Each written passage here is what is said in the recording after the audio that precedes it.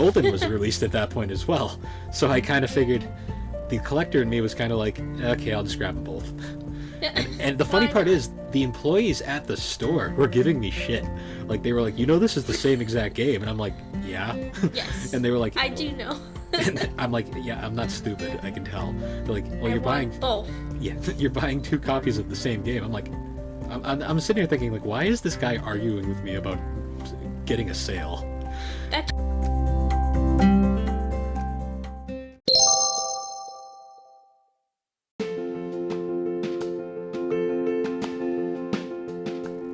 Hey guys, welcome back to the Gaming and Collecting Podcast. In this episode, we're going to be talking about a cult classic RPG from the PlayStation 2 era, which also happens to be my favorite video game of all time, the 2008 classic from Atlus, Persona 4. Along with the game, we will also be discussing the anime adaptation and the vast number of different spin-offs that have come out over the years. Thank you for joining us as we discuss the games that shaped us. So, Persona 4. Your favorite game. Yes, it is. So, I just want to put a few things at the start of this podcast out there right away. This is actually our first podcast that we are recording remotely. As yes. In, we're both in different states right now, and we're doing it over the internet. So, if it sounds a little off, that might be why. We're still kind of going to try and figure this one out. But, yeah, we're still working. Yeah. But also another thing is, due to the nature of this game, this is going to be a spoiler-heavy podcast. So anyone who has not played the game and is interested in playing it, I'd recommend not listening to this until after you've played the game, because we're going to spoil pretty much everything imaginable. Yep. So turn back now and listen to another one of our podcasts instead. Yep. Okay, so honestly, it's not much of a secret. I've said on online that Persona 4 is, it's not even arguable, it's my favorite video game of all time. And I guess I want to go back in when I first discovered the game, because back in the day on YouTube, early YouTube and early internet, around 2008ish, when the original Persona 4 actually released, you'd see it everywhere. People were always kind of referencing it and going on and on about it, if you remember. Yeah. But for a while it was kind of one of those games where you'd rarely ever see it in the GameStops, because it was still pretty obscure at the time. Yeah, it was kind of niche market. Yeah. And, of course, it was also an M-rated game, so that made it actually pretty hard for a younger child to pick it up at the time, considering it came out... Oh. Go on. Oh, I was going to say, and, JRPGs weren't as, popular as they are today, so... Well, they were popular. They were kind of a certain fan group played them, but, the major audience at the time didn't really play it. Yeah, it wasn't really JRPGs. It was more like Atlus and incredibly niche, JRPGs, the Shin Megami Tensei series. But the thing with Persona 4 was, though, it came out in 2008, but I really didn't get a chance to really play it up until around 2012. Particularly when a certain remake came out.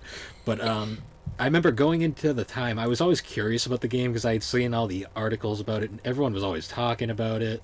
I never really looked too far into it, though, because I didn't want to be spoiled, because it was a game I was interested in playing. So eventually around 2011 to 12, when I finally, have a license and I'm an adult and I can do what I want and have money. And a job, yeah. Yeah. I went to a GameStop and there was a copy of Persona 4 on the shelf. And at the time, I did not have my license, and GameStop used to be really annoying, where if, you didn't have a valid ID, you flat out could not get M-rated games. So really? I had, they were brutal about it. Even with a learner, even if you had a learner's permit, they wouldn't let you sometimes. Well, I could maybe see a learner's permit, but True. Was it the vertical license? No. I didn't have my license yet at the time. Oh, okay. So even though I was 18, they still were nope, no valid proof. So it's like, Rude. okay. So eventually I did get my license, like, shortly after. And I went to go to the GameStop to go pick it up because it was still there. And at the same time I grabbed the PS2 copy, Golden was released at that point as well. So I kind of figured the collector in me was kind of like, okay, I'll just grab them both. And the funny part is, the employees at the store were giving me shit. Like, they were like, this is the same exact game. And I'm like, yeah. Yes. And they were like, I do know. and I'm like, yeah, I'm not stupid. I can tell. They're like, well, I you're want buying both. Yeah, you're buying 2 copies of the same game. I'm like, I'm sitting here thinking, like, why is this guy arguing with me about getting a sale? That just sounds like a normal interaction at GameStop. Yeah, I don't know. I thought it was weird. I'm like, dude, I'm buying a game. Why are you giving me a hard time? I don't think I've ever had a comfortable interaction at GameStop. I don't know. It's just been my experience, but every time it's been super uncomfortable. Like, I've been like, people have told me, they've been like, "Are you sure you want to play that game?" And I'm like, "Yeah, I do. It's I like, like yeah, to I play came games." up to the counter with it. Yeah. Yeah, but I mean, after that, of course, I brought it home, and then, like most gamers, the PS2 version went on the shelf where it sat for another, like, probably a year. But I did put in the Golden into my Vita because the Vita was, like, the hottest thing at the time, and it was finally a game to play on it. So, of course, then I get started, and I think it was about a month later I was addicted to it. I couldn't stop playing the game. To this Now- day, you're still yeah. addicted, as you're still playing it right now. Yeah, well, I give it a playthrough once a year. Yep. It's a great game. But how did you first discover it, or was it through me? Well, I think I discovered it through you, but I also discovered it through the anime. Okay. Because that's my more introduction to a lot of video games is through the animes. But I think I actually watched the clips. Like, they had, like, the funny moments on YouTube. And I would watch those clips and I'd be like, haha, this is pretty funny. And then eventually I watched the whole thing. Yeah, we and then watched it that eventually one. we watched it together, too. Yeah. We marathoned it that one. You were home from college or something, and I was working nights. I was still working nights at the time. Thanksgiving break. I think I was Right. home and we just binge watched it the whole week. Yep. Nah, so I remember that, but I also remember the one time we were just hanging out, and I just for shits and giggles put on the PS2 version and was just playing it, and you were like, "What is this?" Yes. I think I was just watching and I was like, this is intriguing, but also, why are you showing me this? Well, I mean, I was bored, and you were just hanging out, so I just started playing it. Yeah. And I hadn't played the PS2 version at that point yet, so I was like looking at all the things that were different, and I was like, wow, there is a significant amount different. I always remember that, and I also remember I was playing the Vita version one time, and you were just sitting next to me, and you looked over at the screen, and it was during one of the scenes where they were at the secret meeting at the Junez, and you just looked over and just saw the group sitting at the table, and then Teddy in full bear suit, and your exact response was, "What the shit?" Why is there a bear? Yeah. Actually, I don't think I even knew it was a bear. I think I was just like, what is that thing? You were questioning why there was a giant mascot sitting at the table with them. Yep. But now I love Teddy. Well, yeah, Teddy's great. Every character in Persona 4 is great. Mm. But yeah, anyways, getting back to my first experience with the game, I still remember the first playthrough. It's like you get you're in the Velvet Room, and you're going through basically all the pre-stuff where you get your little spiel on personas and everything, and then you have to write in your name. And I think the first time I used my actual name, but every playthrough after, I always just I use his canon name, Yunarakami, for the main character. But I remember first playthrough getting into it. It's like, at first I was like, is this an RPG or is it an actual game? Because you don't really do a lot at first. Like one criticism I do have for Persona 4 that the other Personas I don't think have is the intro to Persona 4 is long. It almost seems like a visual novel. Like a visual novel, yeah. Because in Golden, there's like one section like really early on where you get to like walk around like the town, mostly just to introduce Golden's additional character that they added. But it's more just so you can like be like, oh look, gameplay. But all you can do is walk around the Inaba, and then go back and talk to Dojima again, and then go back. But yeah, the intro is really slow because it like takes a few days And also, this game is surprisingly dark. Yeah, no. I remember when I was first started playing with it, I definitely felt the same. Like, I was just like, alright, this is a lot of text. But you gotta read it, so you get, like, background of the game and understand, the world you're getting into.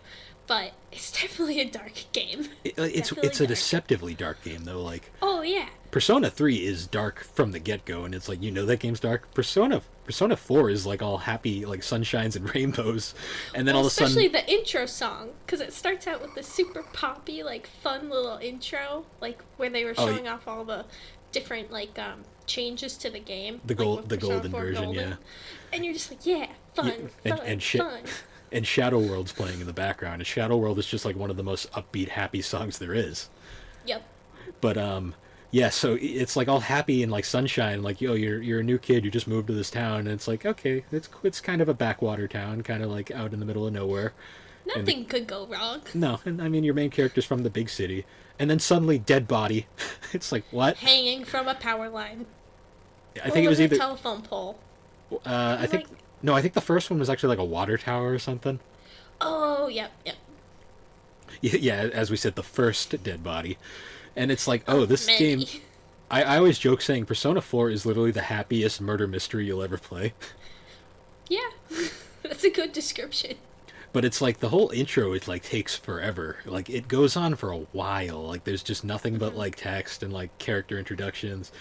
And it's then there's like this one section where you like play this like straight line dungeon, and it kind of introduces like the combat system and like the dungeon exploration. But then it's back to like novel again, and you're like, okay. And then eventually you get into the real like meat of the plot starts, where you start entering the TV, and then you get the first dungeon isn't really a dungeon, it's more a boss fight. Yeah. When then the game's kind of gimmick of like how you get your party members, where they have to face off against their shadows as the story goes along. And then you fight the boss. The shadow always turns into a boss, because of course it does. And then after that, basically the character gets their persona, and then basically gets recruited after that. And it's pretty cool how it goes about. Yeah, I like that aspect of it, where like they had to go fight their shadows, and then eventually they would like join your team. It was just a fun little aspect, because you like to save the day, and then now they're your best friend, and they'll never leave you alone. Well, anyways, after going into that, after that first encounter, then we get the true like formula of the plot, where basically there's going to be a scene where a character is seen on TV, and then the next thing is the character gets abducted. And then basically the goal now is you have to go into the TV and then save that said character. But then this is where the game kind of gets into its setup for the rest of the game, where you're going to alternate between two distinct gameplay styles. You're going to have the dungeon crawling, actual like RPG stuff, and then you're going to have the Inaba sections, which are basically, it's like a combination of social life and like dating sims, where like you basically go to school like in Inaba, you get to answer actual test questions as you go on. And then you can interact with like other characters throughout the game, and that's with the social link system, which is one of the most important aspects of the entire game. Yes, there's actually like in the going in Inaba, there's actually a lot of strategy though you have to put behind it in order to like get all your social links. Yeah, like you want to make sure like you time everything out so that you can get like, basically you don't want to waste a day. Like wasting days is probably the worst. And plus, when you start a game fresh, you don't have any skill attributes, so you got to add in your skill, get up your certain like knowledge, like courage skills, so you can actually like interact with people. Because certain social links are locked behind like skill walls, basically, and you can't officially complete them until you get to certain points. And certain skills are also every social link is divided by a different arcana, which is the personas. And if you have certain personas like fused, before we get into the persona fusing mechanics, certain personas will actually help boost your social links and make them go faster, while also answering questions right also helps. So it's got like a really unique like strategy to it. But No, anyways, oh, getting into the persona fusions. The game's main gimmick is every character has like in your party has a persona, but the main character is special in the sense that he can wield like multiple personas. And the way he gets multiple personas is throughout the dungeons. You actually have to face off against a number of different shadows, and when you beat certain shadows, you can actually like get them at the end into your. You can recruit them as a persona, and then you can go to the Velvet Room and actually like fuse personas to make better personas as the game goes on with different skills and such. Yep. But anyways, like after that, it kind of like the plot, the whole like mystery of the game is basically like who is the actual like killer, who is the one that's constantly kidnapping people, and throughout the whole game, the game is like constantly throwing at you like different false leads. Like at one point you get at one point you save 3 people and then suddenly someone else dies, and it's like, wait a minute. What? Yeah, it's like, wait a minute, what's happening now? So after you basically that character ends up being a false lead, because then it's after he gets taken in, then all of a sudden we get people start disappearing again. So it's like, okay, what's happening? And then of course we get to the climax where we're finally one of the most important characters in the game is the main character, Yuno Arakami's little cousin, who becomes kind of like the heart of the entire investigation team. Yep. But at one point, eventually, she gets kidnapped via like certain situations. And your heart breaks, and you're just like, I need to save her. So then, after you save her, it's revealed who the one kidnapping everybody is. But after kidnapping, we also get to one of the most like impressive parts of the game, which is you basically get the choice of you can either spare the guy or set him into the TV world where he'll perish like he's done to everybody else. And you basically the key thing with this choice is Nanako actually dies shortly before this part of the game. So you're understandably you're angry at this point. So a lot of times you'd want to throw him in the TV. But by doing that, you actually lock yourself into the bad ending. And she stays dead, and the game ends right there. And your heart breaks. Yeah, well, you feel terrible, because it's like, what? Yeah. But after that, of course, then you get the... if you get the right choice and you don't throw him into the TV, you also have to make sure you choose... Because I was actually playing the game recently, and I forgot that you have to, like, there's 2 choices here. And if you don't also realize that there's actually more evidence... The game will still end right there. Nanako lives, but basically Teddy disappears forever, and you never really figure out who the killer is, and Inaba's still full of fuck. And it's like, I just remember I was like, oh, I've never got that ending before. But I guess you learn something new every time you play. Well, I was just so funny, because I was like, okay, remember, don't throw him in the TV, and all of a sudden I messed up one of the dialogue choices, also, and the game just ended. I was like, oh. You're like, I done messed up. I got the like not quite as bad ending, I guess. But still not good. It was a very unfulfilling ending. It's like, oh. Well, I'd say like it was like the ending, but it wasn't the true ending. Oh no, it definitely wasn't the true ending. But it was like, oh, it just ended. Nothing's been achieved. Nanako lived, but yeah. So anyways, the real choice is you want to make sure that you basically want to convince the group that we don't have all the evidence here. And then you get hit by the mother of all plot dumps, where it's basically like you figure out everything, but then you have to also figure out who the actual killer is. And one of my favorite parts is you actually have to choose who the killer is, and you can pick like any person in the game, including Nanako of all people. Oh my God. But that's what you do for when you're just like goofing around. But anyways, while you do that, the whole game actually is drops hints who the actual killer is. Oh yeah.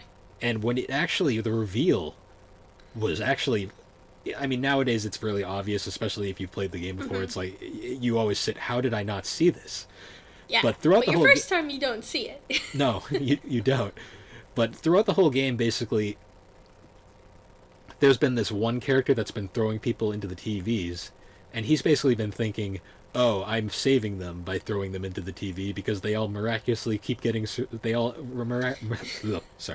all miraculously start surviving every time I throw them in. So he thinks he's doing a good thing, and that's why he keeps doing it. But in reality, the actual killer who killed the first two people is still on the loose.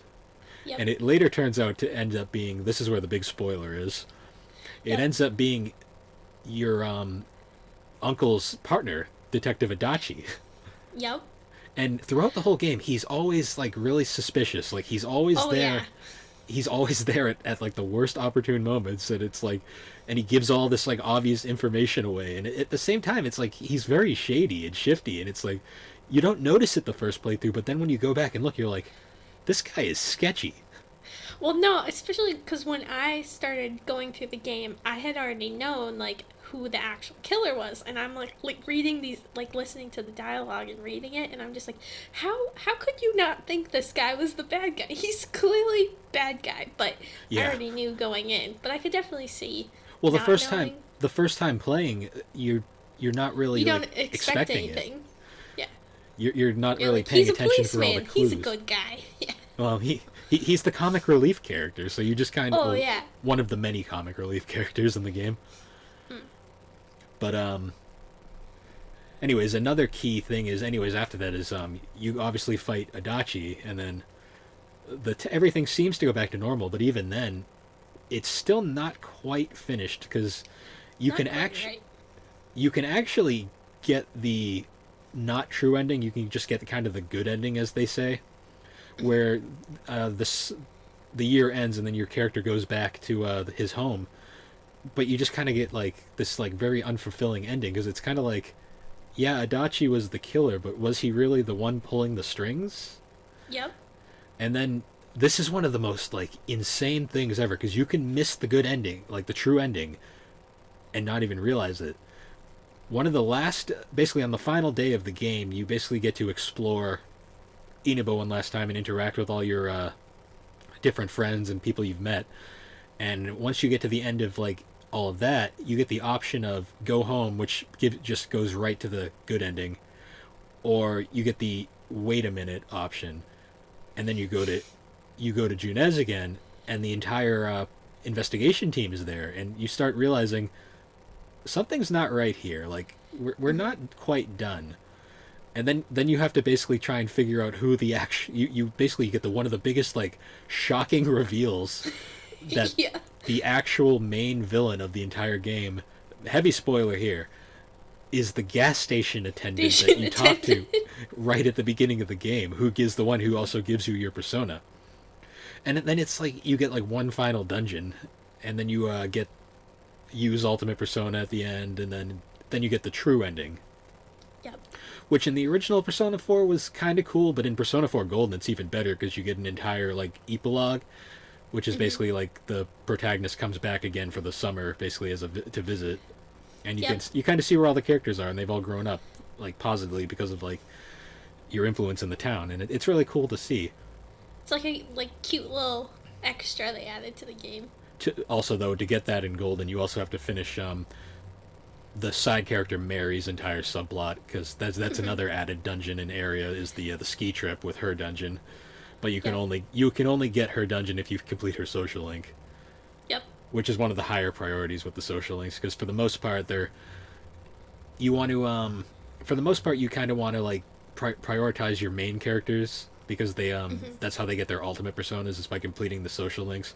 But then you also want to prioritize Mary because she gets additional stuff, and then it's I kind of like pick and choose which ones I could do from there. Like certain ones I tend to ignore just because they're a pain, or I prioritize other ones because they're easy, like particularly the sport and the sports club, and then the drama club, or the drama or band.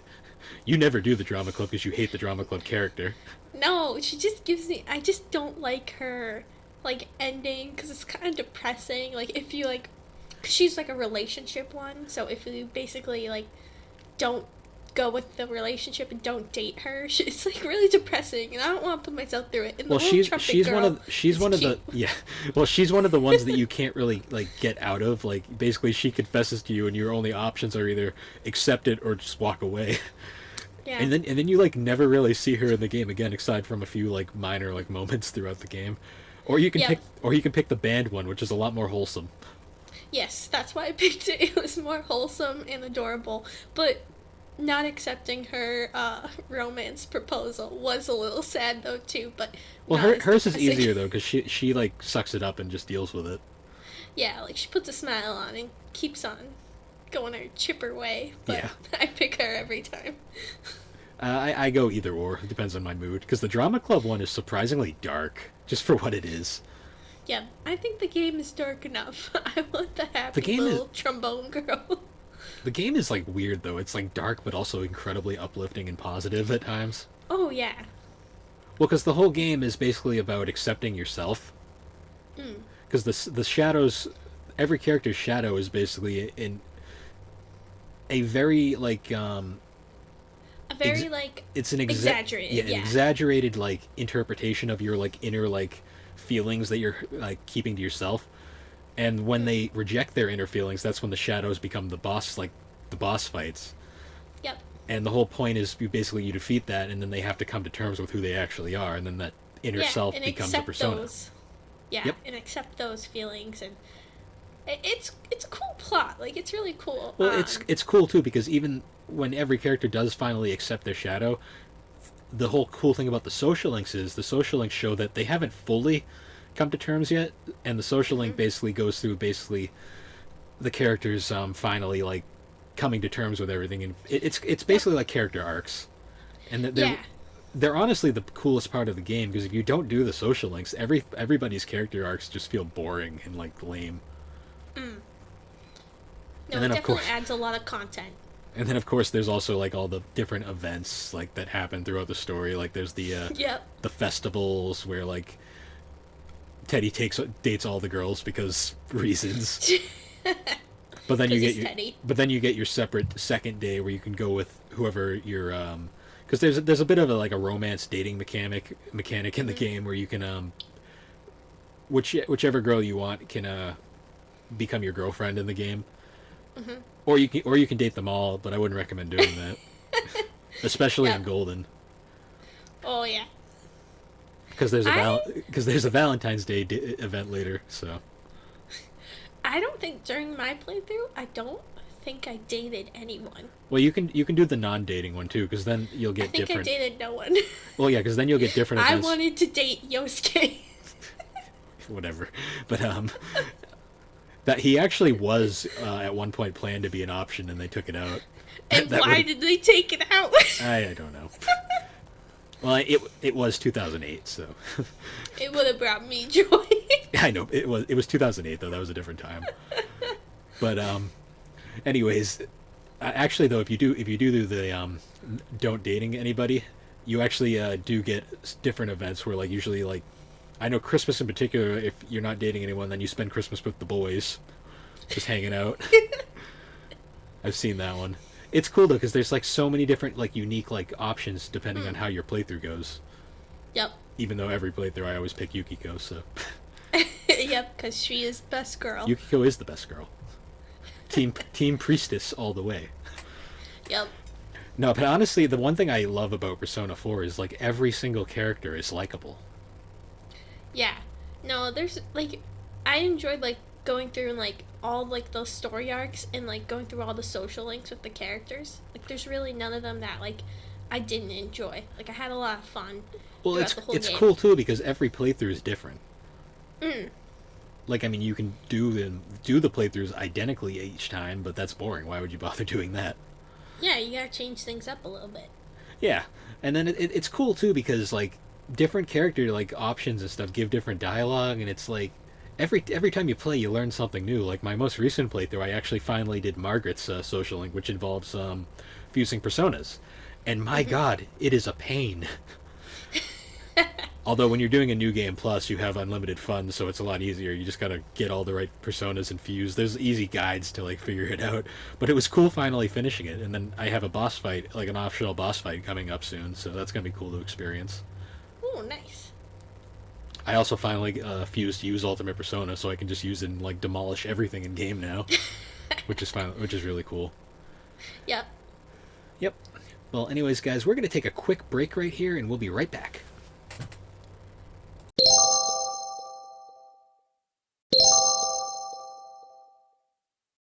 Hey guys, welcome back.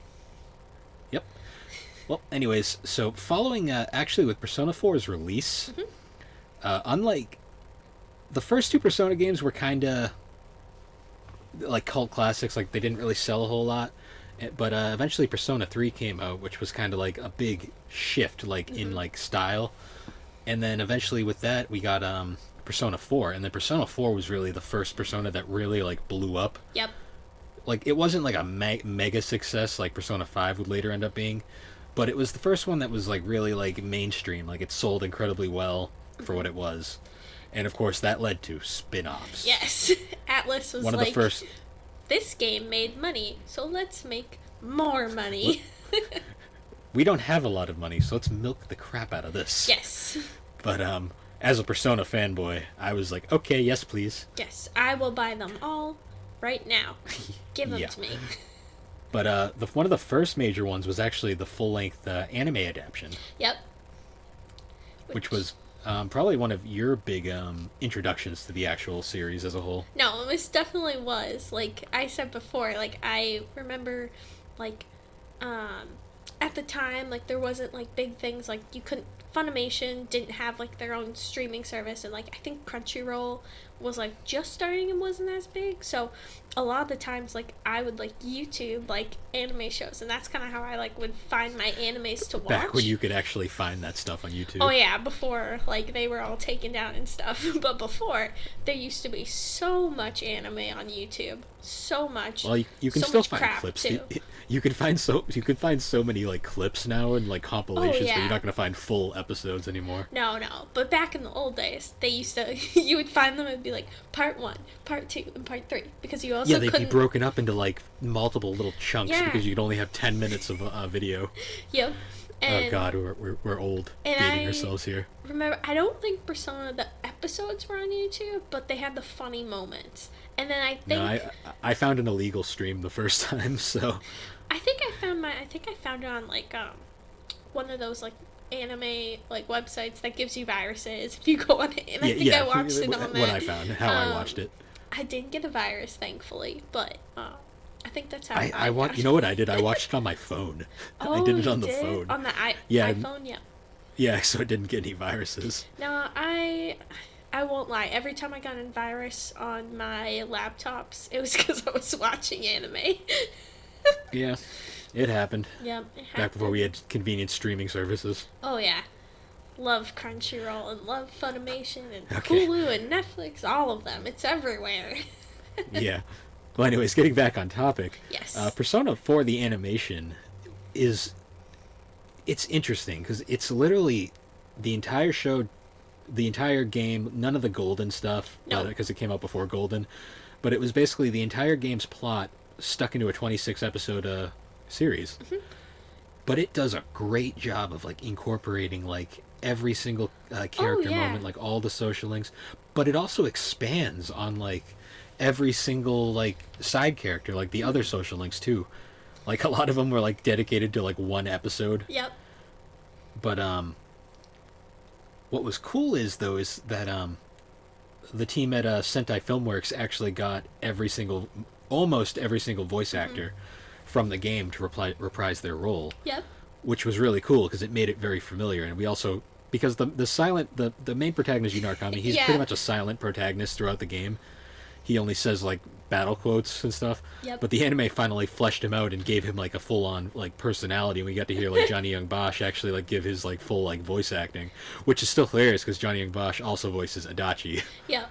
I think that was like one of the funnest parts of the show was having Yuna Arkami as his own character instead of Well, because like, he you actually being had the a character. Yeah, and it's really they make him like a really funny character. He's kind of like the master of all things. Like he's Mr. Perfect. He like deadpan snarker. Like is always like always like just like being sarcastic, and it's great. Yep.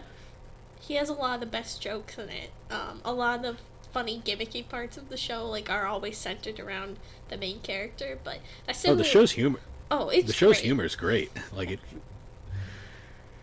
But yeah, that show's really good, and like it's honestly a great introduction to the game too. Like if you don't have time to play a like hour-long RPG, like 100-hour-long RPG. No, I definitely agree, because that's what got me into playing it. Like, I watched the anime, and well, obviously I watched the anime, but I also watched you play it, and I was like, okay, I want to play it. But it definitely helped. The anime definitely helped, and being in... Yeah, those Blu-rays were super expensive, though, back then. Yep. Like, I had to hunt those down, like, both the 2 volumes of the anime. Mm-hmm. But after the anime, then we also got Persona 4 Arena, which was an arcade-style fighting game. Yes. And it was... I mean, it was made by Arc System Works, so it was like...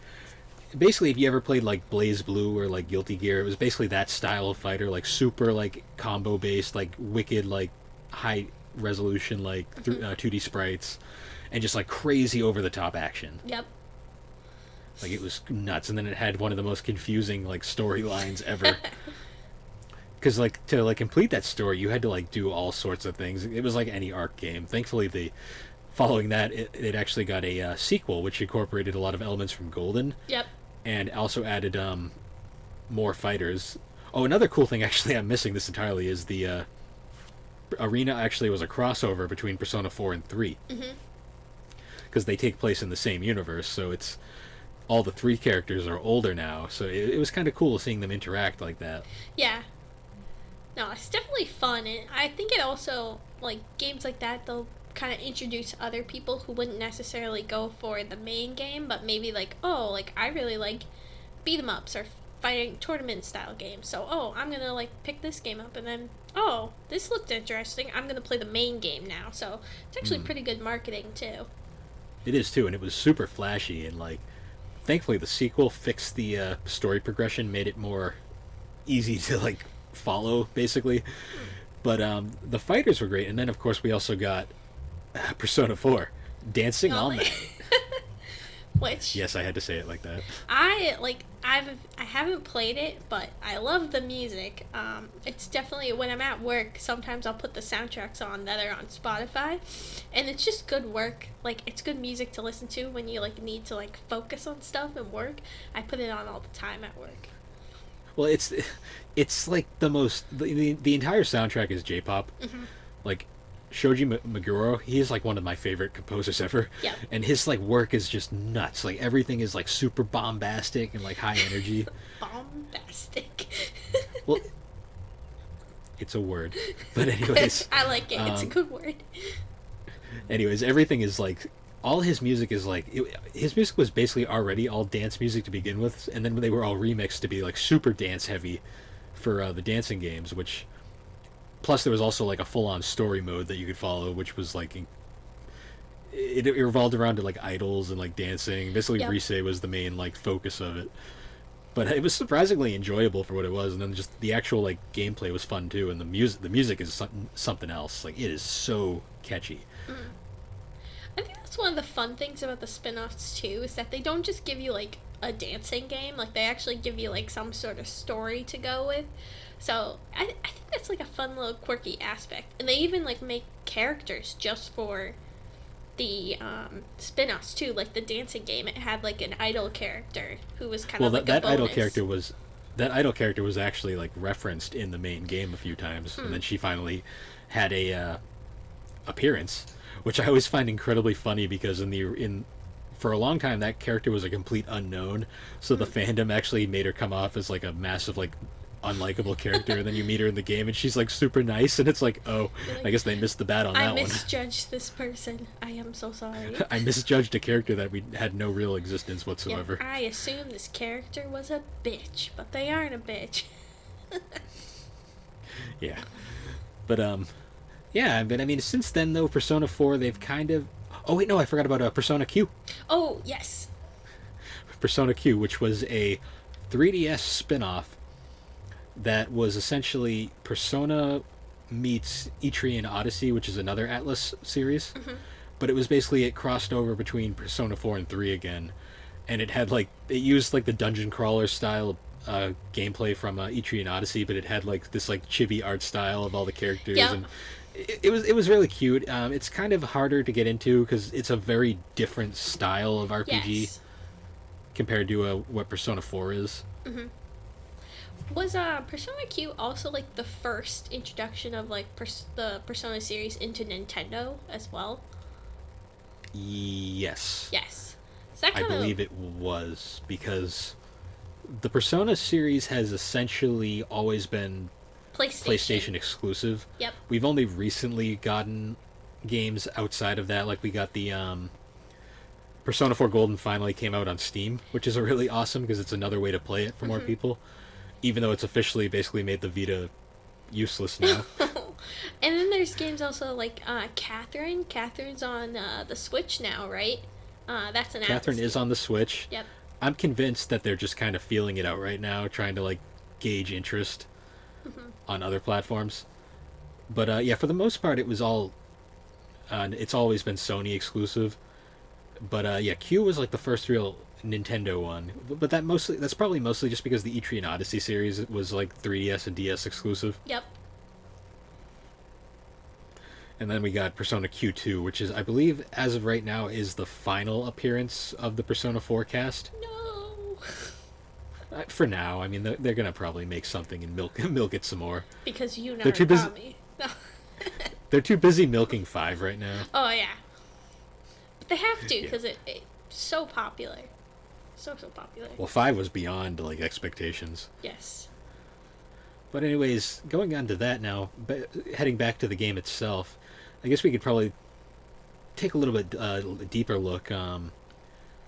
What would you say is your favorite like side like moment in the game? Like, you know, like the ski trip or like the festivals? I don't know. I'd probably have to say like my favorite interactions were with like Nanako and Nanako's story. I loved interacting with her. Like she was just like such a little sunshine, and she just brought you so much. Okay, we'll rephrase that. Then what was you'll say that was your favorite social link? Yeah, Nanako was my favorite social link. I'd say my favorite. Oh, you go. My favorite social link's tough because they're all really cool.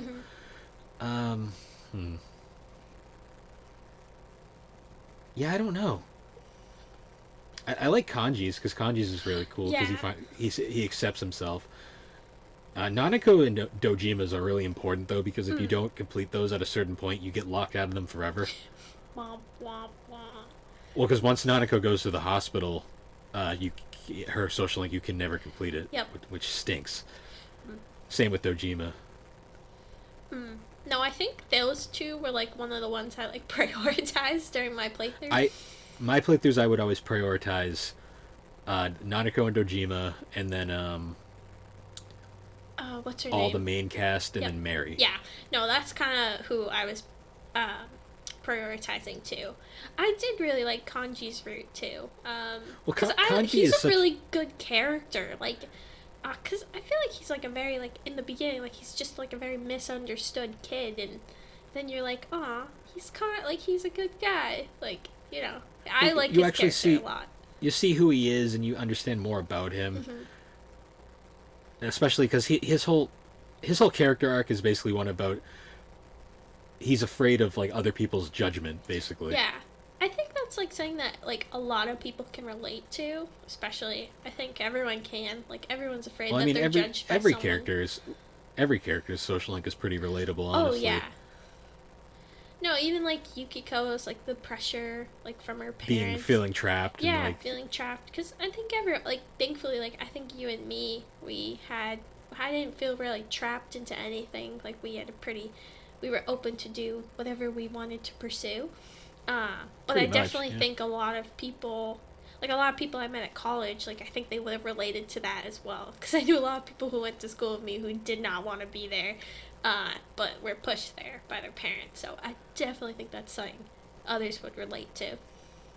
Yeah.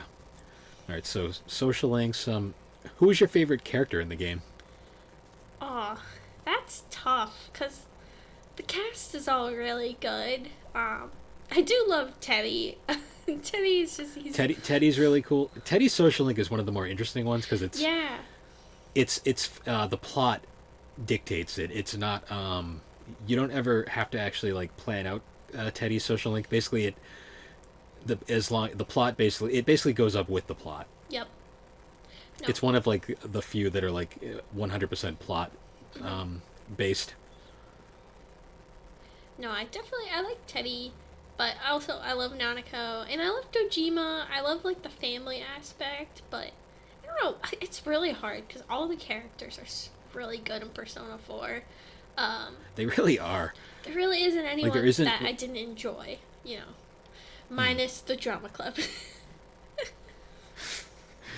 You just don't like her character design. That was your whole thing. Yeah, no, I didn't like her character design either. I mean, like, I don't know. It's not every design is perfect, but I just didn't. It's alright. They didn't care for her in the anime either because she literally appears once and she doesn't have any spoken dialogue. Nope. They focused on the band instead. Yep. Woo woo. I support it. Who did you normally do for the sports club? Did you do soccer or basketball? I think I did basketball. The basketball one is admittedly more interesting. Yeah, it was more dramatic because it had the character. I'm like brain farting a little bit. I think it was like adopted. Like he wasn't like. Is that what it was? I think his name's like Ko. Yeah. I think his name's like Ko. Yeah. But he's basically he's adopted from by another family, but it's like a very well-to-do family. Yep. But he really just cares about basketball, and that's really what he wants to do. Yeah. Even though the school isn't the most. The school doesn't have the most like engaged basketball team. Yep. No. Yeah, that one was pretty good. Yeah, I liked. Then there's that one. there's the second character who's murdered, Saki. Her little brother is a character too, and he's got a very relatable social link too, where it's basically like no one's letting him mourn because they're all too busy coddling him, and he just wants to actually like he wants to be able to mourn, and wants to be able to process it, and I definitely think that's something relatable because like human nature, like oh my god, like that's just what we do, like someone is sad or they went through a traumatic event and you're just there, but sometimes you gotta just let them process it. So definitely, it's like we said before, so many of the character arcs are so relatable, and I think that's one of the really charming things about the game is that you just like you really connect with all the characters, and that's why you like them all so much. Okay, what's your favorite? What was your favorite dungeon? Well, I'd have to say my favorite dungeon was Yukiko's, because my first fight in the dungeon, I got the Grim Reaper, and I basically got the really strong sword the first dungeon in, and Bill was so angry. Okay, so a little backstory here.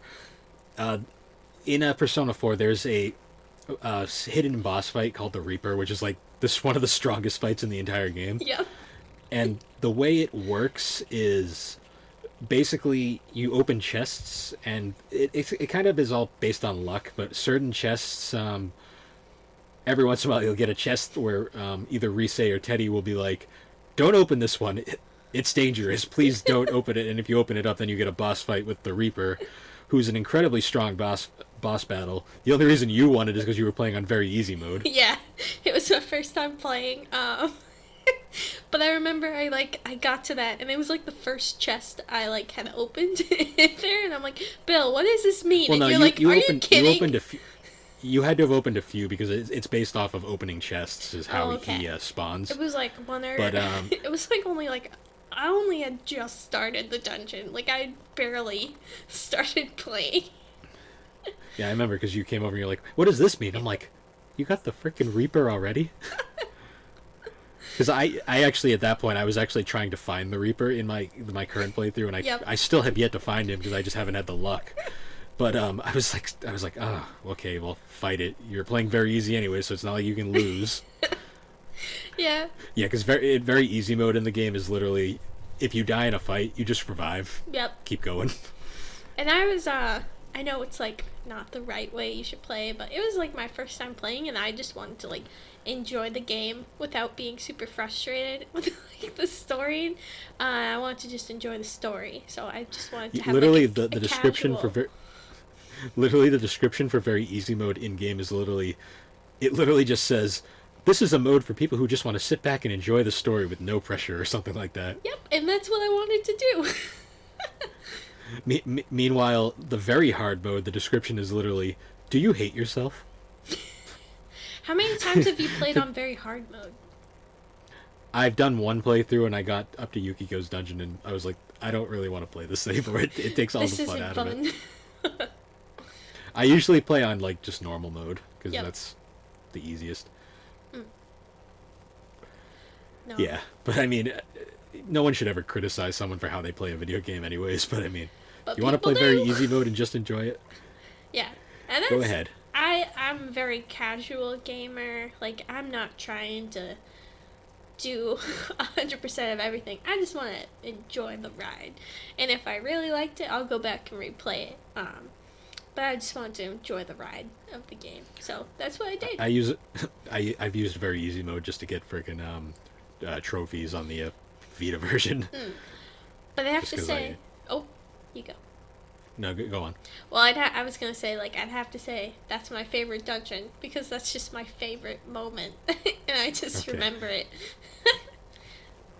I love I like a bunch of the dungeons. My favorite's probably the video game themed one, just because the whole thing is just one giant like pixelated like throwback, and then the boss fight in that one in the Vita version Golden, they actually replaced the boss battle music with like an 8-bit rendition. That is cool, but I don't like the boss of that one because I Oh, don't enjoy yeah, that boss is fighting like you a wouldn't know little because you were playing on fetus. you wouldn't know because you were playing on easy mode, but hard mode that boss is one of the hardest ones in the game because he's just like brutal on his attacks. Oh, I just like I hated that character. I mean I think that's the only character that's Well, like, not that likable. That character's the character arc is literally he's unlikable. Yeah, and I Well, just it's didn't funny enjoy because in game you can actually encounter him like before he kills the teacher. Yeah, he like harasses Yukiko, right? Well, there's that, but you can actually find him in Inuba, like just like as like an hanging NPC, out? and you can talk. Yeah, and you can talk to him, and he literally like foreshadows that he's going to kill the teacher, basically, Oh, damn. because he accuses the teacher as the killer like multiple times. Oh, really? I missed that. No, you have to like look for it. It's one of those things where I kind of just found it by accident. I was like, oh, hello, it's you. I just remember, I feel like they made him look unlikable, and he was just so unlikable. And as I'm playing the dungeon, I'm just like, I just want this guy. Can this guy just die here? I don't want to save him. Yeah, no, he wasn't. He's not he's not a great character, but I love that dungeon. No, it is a cool dungeon. And the boss fight is, I mean, minus the fetus, the music is really good. The 8-bit rendition, I will say. That's not in the original version though. That's strictly a Golden thing. I also like Risei's dungeon just because Risei's dungeon is literally a strip club and the music sounds like strip club. It's just like boom, boom, boom, like constantly on the like music. It's like this is ridiculous, but I love it. No, that one is a fun one. I did get super lost in it though because a lot of the pathways. Well, that were one's just- that one's crazy because like you fight Risei's shadow at the end, and it's like a really easy fight, and you're like, okay, that was easy, and then all of a sudden it's like, bam, Teddy's shadow out of nowhere, and you're like, oh, crap, And- that wasn't actually the boss. And Teddy's shadow is creepy. Teddy's shadow is probably the darkest one in the entire game. Oh yeah. Especially when you find out Teddy's backstory, where the fact that he is a shadow. No. He's a shadow that somehow grew a human form. Yep. I'll He is a never marvel. understand how that works.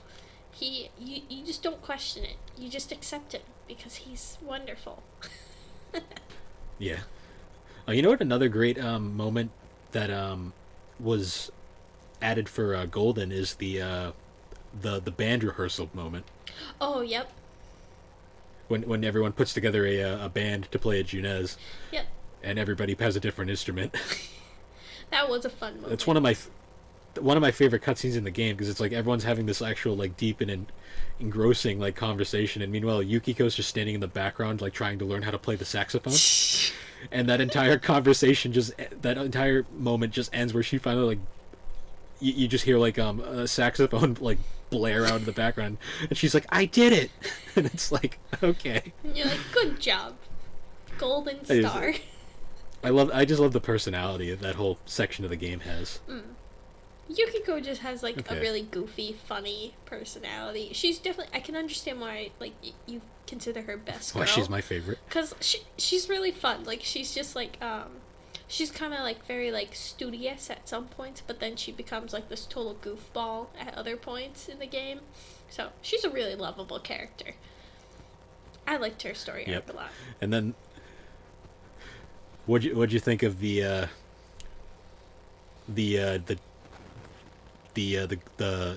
girlfriend dating quest with Yosuke and Kanji in the city? That was pretty funny. I think the like little hijinks you have with Yosuke and Kanji are pretty funny. That one's just fun. That one's just funny because of the fact that like literally the only number that you manage to get is like a married guy, and he just like screams at you. It's like, oops, whoopsie. And then Yosuke gets the unlikable girl character, and then his bike gets squashed. Oh, I'm like remembering that now, and that's such a funny moment in the game. It's funny because a lot of people who haven't played Golden don't know about a lot of these scenes, because a lot of these extra scenes were added for Golden, like the beach trip. Yep. Where you get Kanji reenacting the birth of Venus. It makes sense in context, but it's like, what? You're just like, what? No. I just love that scene because the second when he loses his swim trunks and he's using Teddy as a shield, the super dramatic like music starts playing, and it's like, what's happening right now? You're like, what is going on here? I don't know, but I like it. I just love all the personality. It's also like the infamous the Valentine's Day scene. Yep. Where in the original Golden, if you actually dated all the girls, because you can do that if you really want to, nothing in the original version, nothing like bad came. Yep. But in Golden, they added Valentine's Day, and if you dated every girl, you can only take one on the Valentine's Day thing, so you have to reject basically every single one other than the one you wanted. It's just heartbreaking because they have like this really sad dialogue, and it makes you feel terrible. And that's why I chose to date no one. Because I wouldn't have to break anyone's heart. Well, no, you only date one, and then you don't have to break anyone's heart. Well, yeah, but I can't choose, so I just didn't date anyone. You choose Yukiko. She's the best girl. I chose no one. Nope. So we already did favorite dungeon, favorite party member, and social link. I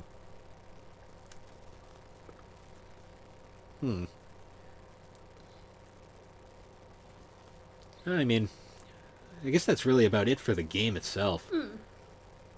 I guess so. Oh, I guess like a fun... Oh, wait, no. That's Persona 5. I was going to mention, like, I did a cosplay as one of the characters, but... Oh, yeah, when you cosplayed as Futaba. Yeah, and that was pretty fun. I do want to do a Persona 4 cosplay at some point. I was thinking, like, Rise or something.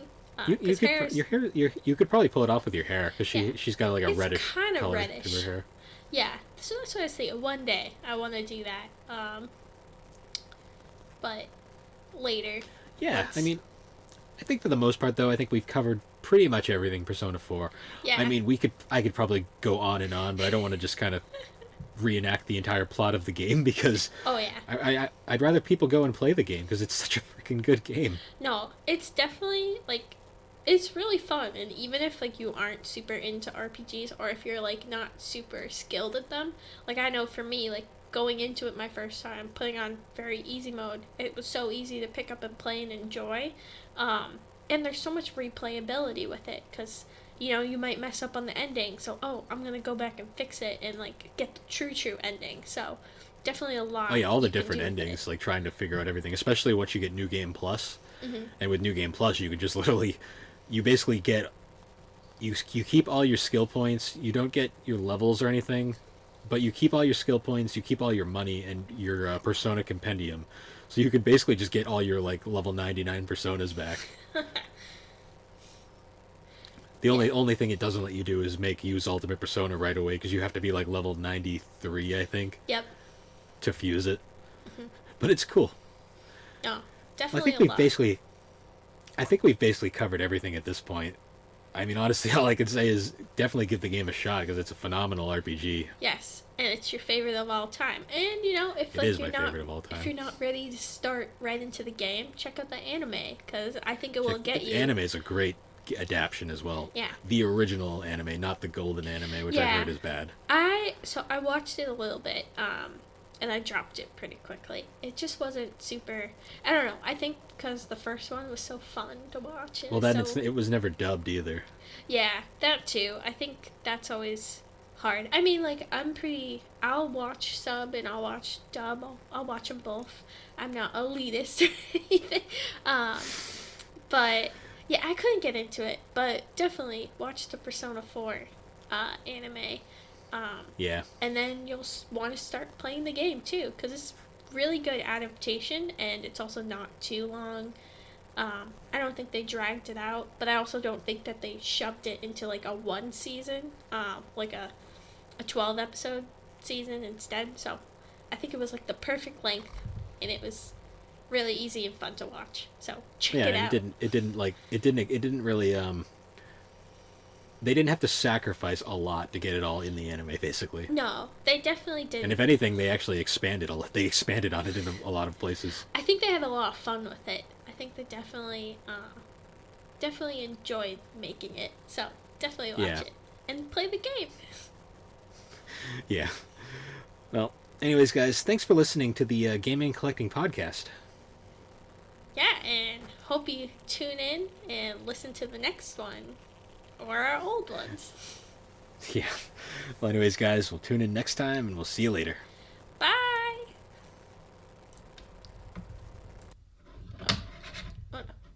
Ah.